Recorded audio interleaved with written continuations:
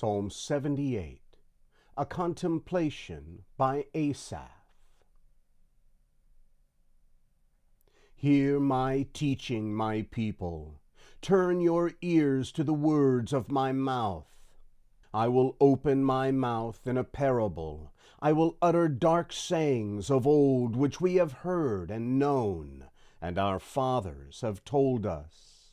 We will not hide from their children, telling to the generations to come the praises of the Lord, his strength, and his wondrous deeds that he has done. For he established a covenant in Jacob, and appointed a teaching in Israel, which he commanded our fathers that they should make them known to their children, that the generation to come might know, even the children who should be born, who should arise and tell their children, that they might set their hope in God, and not forget God's deeds, but keep his judgments, and might not be as their fathers, a stubborn and rebellious generation, a generation that didn't make their hearts loyal, whose spirit was not steadfast with God. The children of Ephraim, being armed and carrying bows, turned back in the day of battle.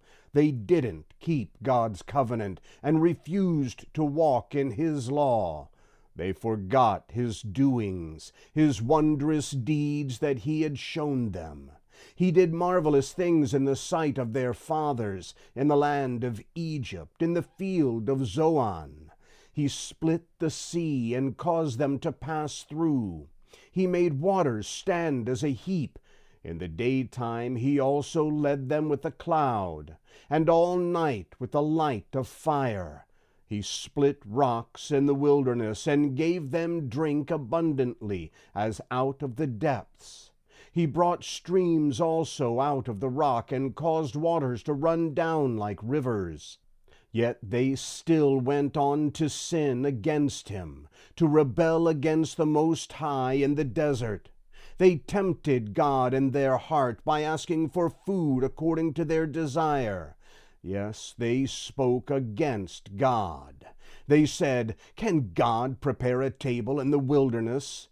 Behold, he struck the rock so that waters gushed out and streams overflowed. Can he give bread also? Will he provide meat for his people?"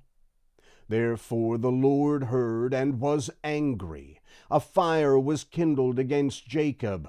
Anger also went up against Israel, because they didn't believe in God and didn't trust in his salvation. Yet he commanded the skies above and opened the doors of heaven. He rained down manna on them to eat, and gave them food from the sky.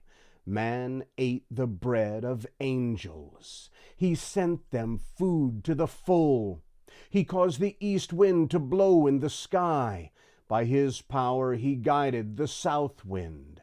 He also rained meat on them as the dust, winged birds as the sand of the seas. He let them fall in the middle of their camp, around their habitations. So they ate and were well filled. He gave them their own desire. They didn't turn from their cravings. Their food was yet in their mouths when the anger of God went up against them, killed some of their strongest, and struck down the young men of Israel. For all this, they still sinned and didn't believe in his wondrous works. Therefore he consumed their days in vanity and their years in terror. When he killed them, then they inquired after him. They returned and sought God earnestly. They remembered that God was their rock, the Most High God their Redeemer. But they flattered him with their mouth and lied to him with their tongue, for their heart was not right with him, neither were they faithful in his covenant. But he, being merciful, forgave iniquity and didn't destroy them. Yes, many times he turned his anger away and didn't stir up all his wrath. He remembered that they were but flesh, a wind that passes away and doesn't come again. How often they rebelled against him in the wilderness and grieved him in the desert. They turned again and tempted God and provoked the Holy One of Israel. They didn't remember his hand, nor the day when he redeemed them from the adversary, how he set his signs in Egypt, his wonders in the field of Zoan. He turned their rivers into blood and their streams so that they could not drink. He sent amongst them swarms of flies which devoured them, and frogs which destroyed them. He also gave their increase to the caterpillar, and their labor to the locust. He destroyed their vines with hail, their sycamore fig trees with frost.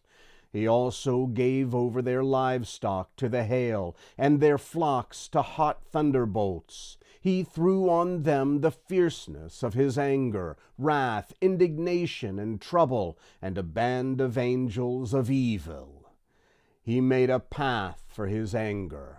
He didn't spare their soul from death, but gave their life over to the pestilence, and struck all the firstborn of Egypt, the chief of their strength in the tents of Ham. But he led out his own people like sheep, and guided them in the wilderness like a flock. He led them safely so that they weren't afraid. But the sea overwhelmed their enemies and brought them to the border of his sanctuary, to this mountain which his right hand had taken.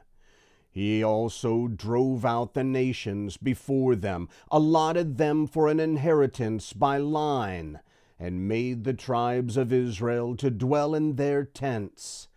Yet they tempted and rebelled against the Most High God and didn't keep his testimonies, but turned back and dealt treacherously like their fathers. They were twisted like a deceitful bow. For they provoked him to anger with their high places and moved him to jealousy with their engraved images. When God heard this, he was angry and greatly abhorred Israel, so that he abandoned the tent of Shiloh, the tent which he placed amongst men, and delivered his strength into captivity, his glory into the adversary's hand. He also gave his people over to the sword and was angry with his inheritance. Fire devoured their young men. Their virgins had no wedding song. Their priests fell by the sword, and their widows couldn't weep. Then the Lord awakened as one out of sleep, like a mighty man who shouts by reason of wine. He struck his adversaries backward. He put them to a perpetual reproach. Moreover, he rejected the tent of Joseph and didn't choose the tribe of Ephraim, but chose the tribe of Judah, Mount Zion, which he loved. He built his sanctuary like the heights, like the earth which he has established forever. He also chose David his servant, and took him from the sheepfolds, from following the ewes that have their young. He brought him to be the shepherd of Jacob his people, and Israel his inheritance. So he was their shepherd according to the integrity of his heart, and guided them by the skillfulness of his hand.